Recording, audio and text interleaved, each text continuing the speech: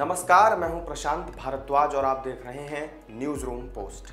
बीते कई दिनों से चीन में कोरोना वायरस हाहाकार मचा रहा है, जिसके कारण राजधानी बीजिंग में भी कई तरह की पाबंदियां लगाई गई। कोरोना के अलावा अब चीन में एक और वायरस ने इंसानों को अपनी चपेट में लेना शुरू कर दिया है। चीन में बर्ड फ्लू या एवियन इन्फ्लुएंजा के H3N8 स्ट्रेन से पहली बार कोई इंसान संक्रमित पाया गया है। एक 4 साल का बच्चा इस वायरस के स्ट्रेन की चपेट में आ गया।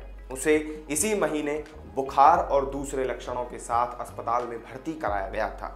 चीन के नेशनल हेल्थ कमीशन की तरफ से जारी बयान के मुताबिक बच्चे का परिवार घर पर मुर्गियां पालता था। पूरा परिवार ऐसे इलाके में रहता था जहां जंगली बत्तखों की भरमार है। बयान में यह भी कहा गया कि बच्चे को सीधे पक्षियों से संक्रमण मिला। हालांकि इस स्ट्रेन में इंसानों को प्रभावी रूप से संक्रमित करने की क्षमता नहीं मिली। बच्चे के करीबी लोगों में भी किसी तरह की कोई कॉम्प्लिकेशन नहीं पाई गई। NHC का यह भी कहना है कि ये क्रॉस स्पीशीज ट्रांसमिशन का एक दुर्लभ केस है और बड़े पैमाने पर इसके प्रसार का खतरा फिलहाल कम है। हालांकि पब्लिक को मृत या बीमार पक्षियों से दूर रहने के लिए जरूर कह दिया गया है। अगर बुखार या सांस से जुड़ी कोई भी दिक्कत महसूस होती है तो फौरन मेडिकल हेल्प लेने की सलाह भी दी गई है। चीन में इस वायरस का फर्स्ट ह्यूमन केस मिलने के बाद बर्ड फ्लू के इस वायरस को लेकर लोगों के मन में कई तरह के सवाल गहराने लगे हैं। मसलन बर्ड फ्लू या एवियन इन्फ्लुएंजा फ्लू क्या होता है? क्या ये human to human chain reaction बनकर कोरोना की तरह फैलता है? इंसान इससे कैसे संक्रमित हो सकते हैं? इसके लक्षण क्या हैं और अपने देश भारत में इसकी क्या स्थिति है? तो चलिए इस वीडियो में इन्हीं सवालों के जवाब जानते हैं। तो सबसे पहले तो आपको बता दूं कि सभी एवियन इन्फ्लुएंजा वायरस जो होते हैं इंसानों को संक्रमित नहीं करते, लेकिन हाँ, इनमें से कुछ इंसानों में गंभीर बीमारी जरूर पैदा कर सकते हैं। एवियन इन्फ्लुएंजा H5N8 वायरस, जिसे आमतौर पर हम बर्ड फ्लू के नाम से जानते हैं, ये उन्हीं में से एक है।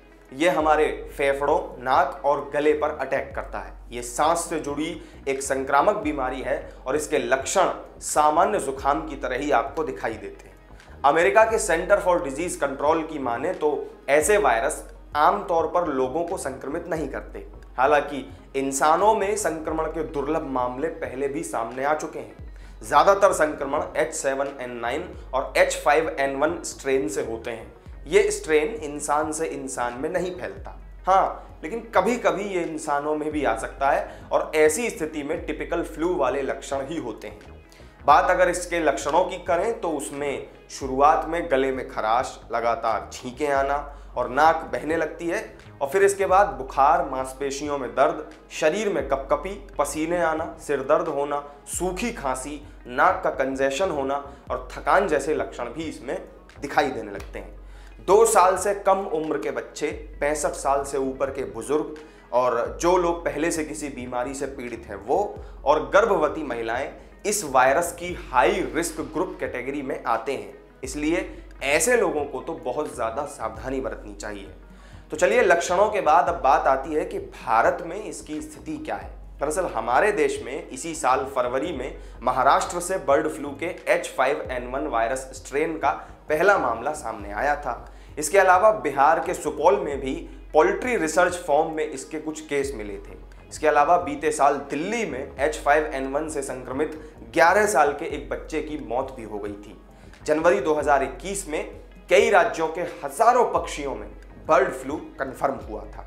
इसके प्रिवेंशन से जुड़ा प्रोटोकॉल ये कहता है कि केस मिलने पर प्रभावित इलाकों के 1 किलोमीटर के रेडियस में सभी पोल्ट्री पक्षियों और अंडों को नष्ट कर दिया जाना चाहिए। तो ये थी H3N8 वायरस स्ट्रेन से फैलने वाले एवियन इन्फ्लुएंजा फ्लू या बर्ड फ्लू से जुड़ी पूरी जानकारी। हमारी इस वीडियो में फिलहाल इतना ही। आपको हमारा ये वीडियो कैसा लगा हमें कमेंट करके बता दीजिए। वीडियो को लाइक और शेयर भी कर दीजिएगा। साथ ही हमारे चैनल को सब्सक्राइब करना ना भूलें। किसी नई वीडियो के साथ आपसे फिर होगी मुलाकात। नमस्कार।